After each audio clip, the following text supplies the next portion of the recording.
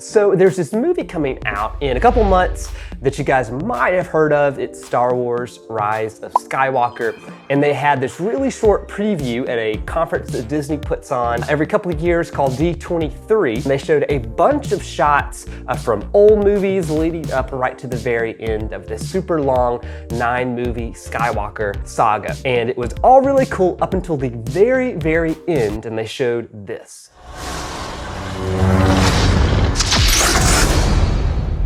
So after watching that trailer, I saw lots of comments from people like, how in the world is that even supposed to work? I've seen people call it the Nutcracker, and it was like, who would actually build something like that? Well, this week, that somebody is gonna be me.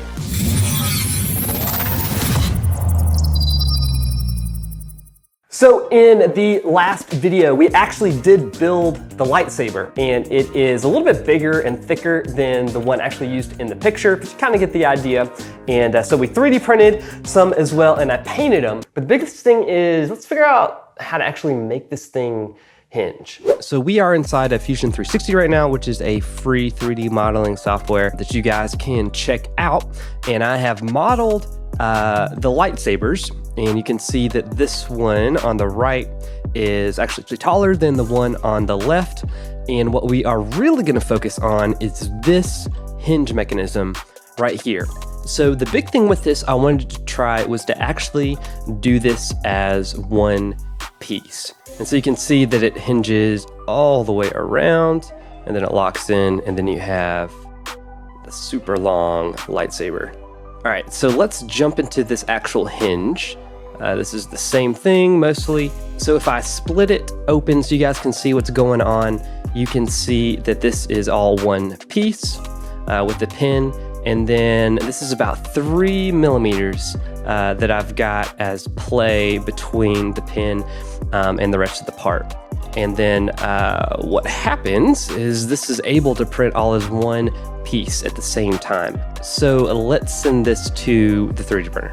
All right, so we just pulled this off of the 3D printer. I'm gonna take it off of the build plate, and we're gonna see if the tolerance was actually good enough for this joint to work, or if we're gonna have to redo the 3D print. All right, gonna try to get up underneath this guy. Always a little scary. All right, we're going to get all of the supports off.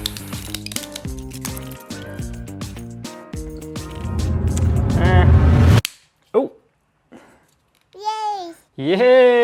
Yeah, all right. It is super tight. What's cool about these hinges is that it is actually printed in one piece, and so the pin is on the inside, and I can adjust the play on the hinge by the amount of space right there. So we've been trying to figure out if I can get this to work, and the hinge does a great job of being a hinge. And now we need to figure out how to actually make this thing lock. So when the lightsaber opens, first off it's held together, then she pushes it and it locks into place. So I added this little latch on this side as well as a groove right here on the other side to receive it. And so the idea is that as it shuts, that it will pop in like that and hopefully latch shut. And then to open it up, you would just pull this back and you would be good to go. So if we cut this open to see what's going on, again, you can see kind of how that latch is working. The animation isn't showing it like deflecting, but since it's plastic, that would push back and then it would snap into place once it hit that hole. And this actually works pretty good, but what I found when I printed this out again, this part actually wound up popping off. So I was trying to figure out what would be a little bit better version of this that would still allow it to latch, but then also it could open back up without me really having to get down there. So the last one I wanted to try was actually to bring in a spring-loaded pin, which is this part right here. And what's great is you can actually bring in parts directly from the MasterCard, and I was able to find the one that I was looking for, and then you can actually import it directly into your model. And so I cut out a groove for this on the inside and then a hole for that to stick out once it goes through in the actual model. I tried to leave enough of a fillet, so this is like a rounded over corner, that it would be able to push itself in as it goes around, and we'll see how well this actually works. So while this thing is printing, I wanted to take a second to thank all the awesome supporters over on Patreon. This channel would not be possible without them, and if you'd like to support the channel, you can check it out in the link below. One of the big things you guys get access to are the actual files to the things that I make. So in the case when I'm doing lots of 3D printing, all of the 3D models are up there for you guys to download. All right, let's get back into the build. All right, so we are testing this out, and you can see the pin is put in. The idea is that it goes in and pops through that hole. So I'll wind up cutting this channel out a little bit too wide, so it really just kind of slips out. It doesn't actually pop in and out, even though this is spring loaded.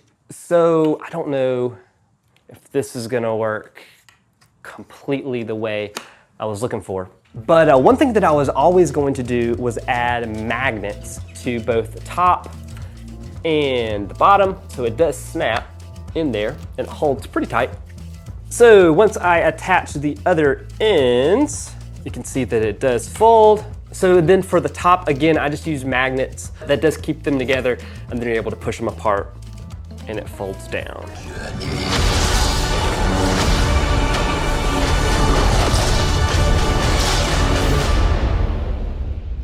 Its end.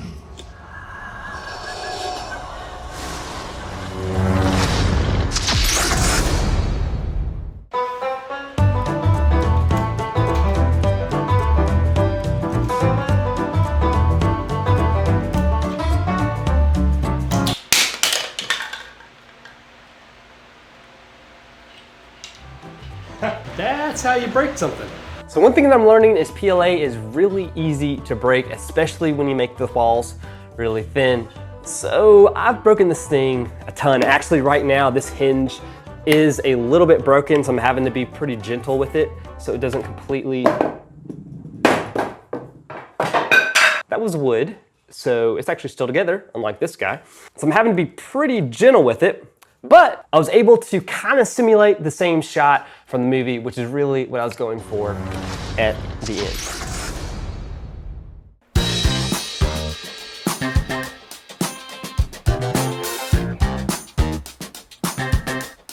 So I could have used something stronger for the filament, like ABS, that wouldn't break as easily. So I'm pretty sure I could have gotten the spring mechanism to work completely eventually.